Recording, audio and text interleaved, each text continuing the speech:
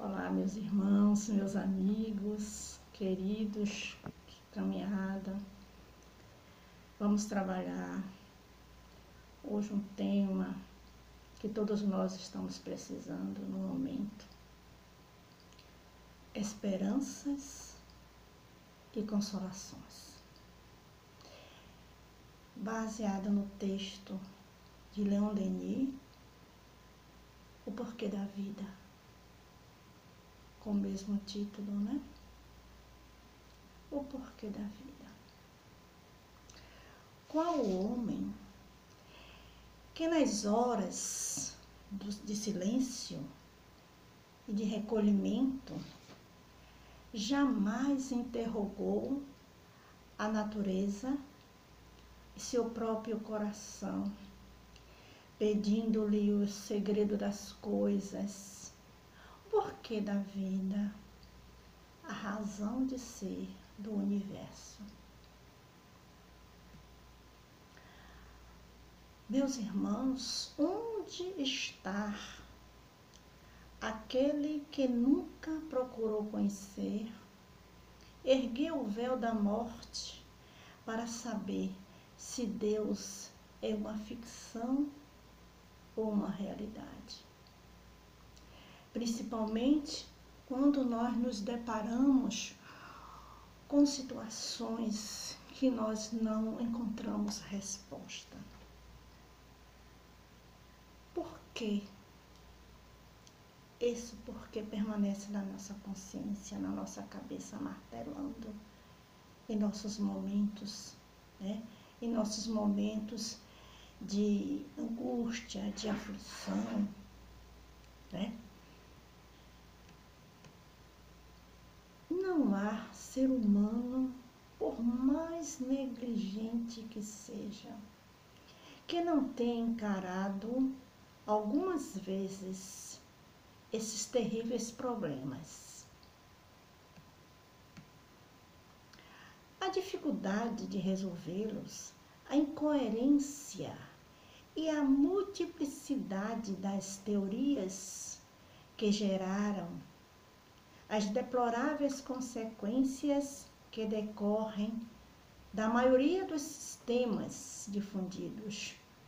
Todo esse conjunto confuso, fatigando o espírito humano, o tem lançado na indiferença e no cepticismo.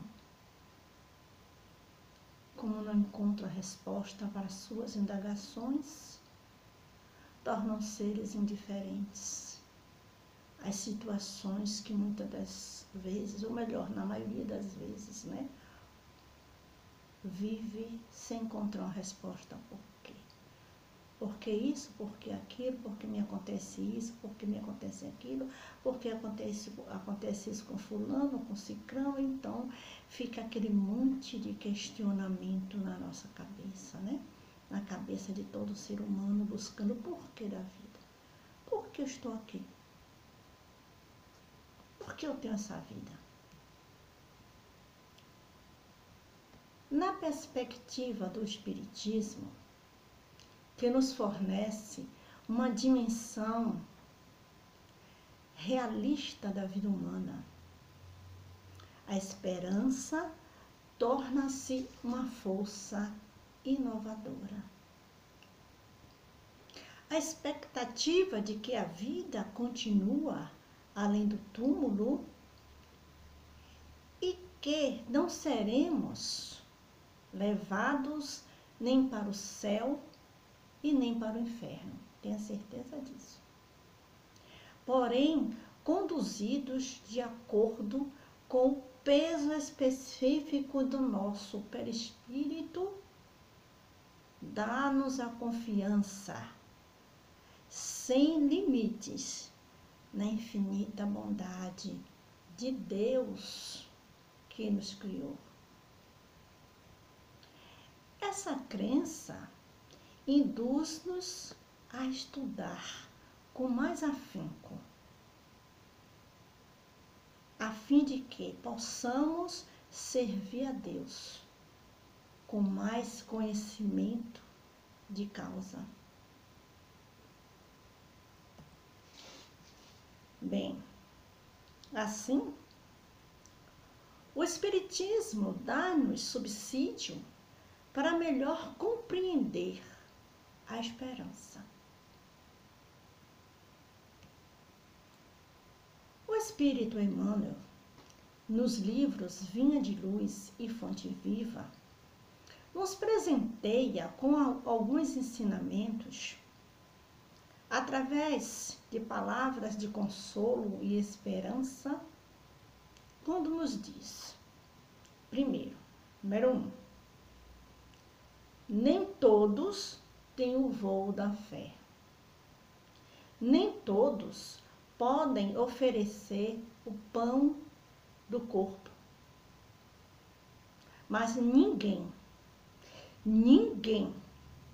será impedido de espalhar os benefícios da esperança. Com conselho, com um amparo, mesmo que seja por menor que seja, mesmo que seja uma coisinha, mas que seja uma palavra de esperança, que para aquela pessoa crie uma expectativa, que adquira uma força e a coragem para enfrentar aquele problema que eu está afligindo naquele momento. Ele pode não ter nada material para dar, mas ele pode dar a esperança. 2. Antes de alcançar a esperança, o sonho, o projeto, é necessário liquidar com paciência as dívidas que contraímos perante a lei. Aí você pode me perguntar, como vou saber dessas dívidas que contraímos? A nossa própria consciência vai nos mostrar. Ao nosso meio de vida, a forma como nós estamos vivendo, os conflitos que estamos vivenciando, sendo testemunho, vai nos dar o direcionamento do tamanho da dívida que nós temos com a lei divina.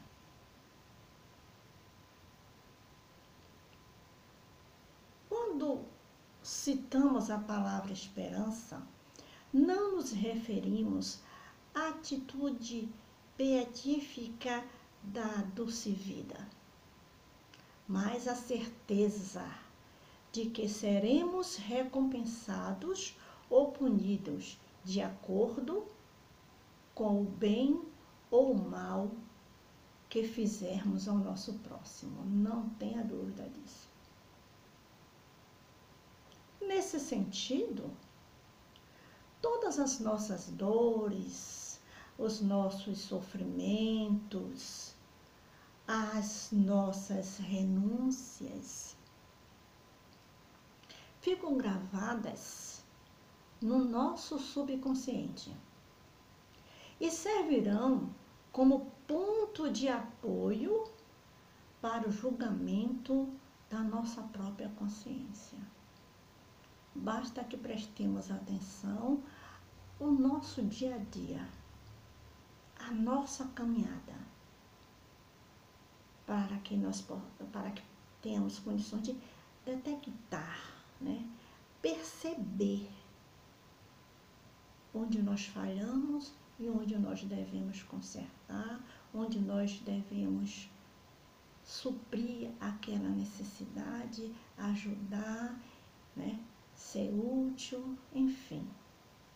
Prestemos atenção na nossa vida, o que está nos acontecendo agora. E na oportunidade que temos agora de sermos úteis ao outro, quando nesse servir, seremos os primeiros a sermos beneficiados. A esperança está lá no Evangelho. A esperança e a caridade são filhas da fé. Então, meus amigos, as criaturas humanas, segundo alguns essas palavras que eu vou dizer agora para vocês são palavras de Dr. Bezerra de Menezes, que ele nos diz o seguinte em um trecho de uma mensagem de Dr. Bezerra de Menezes. As criaturas humanas estão decepcionadas com as propostas feitas pelo utopismo que governa algumas mentes desavisadas. Mulheres e homens honestos encontram-se sem rumo, cansados de palavras ardentes e de propostas entusiastas, mas vazias de conteúdo e de significação. O Espiritismo é a resposta do céu aos apelos mudos ou não formulados, mentalmente sequer, de todas as criaturas terrestres. Unidos, amando-nos uns aos outros, mesmo quando discrepando em determinadas colocações de como fazer, ou quando realizar, levai adiante o propósito de servir ao Mestre antes que o interesse de cada qual sirva-se a si mesmo. Não vos faltam instrumentos próprios para o êxito, a fim de que areis as terras do coração humano, para que desbraveis as províncias das almas terrestres, porfiando nessa ação, sem temor, sem deterdes o passo e sem retroceder. Estás acompanhando Jesus, que à frente continua dizendo: vinde a mim, todos vós que estão cansados, que estáis cansados e aflitos, conduzindo o vosso fardo, e sobre as vossas aflições, comigo esse fardo é leve, e essas aflições são consoladas, porque vos ofereço a vida plena de paz e de felicidade. Meus irmãos, mantenhamos acesa as nossas candeias, sem esquecermos o precioso combustível da fé. Muita luz, muita paz, que Jesus nos abençoe hoje e sempre. Fiquem com Deus.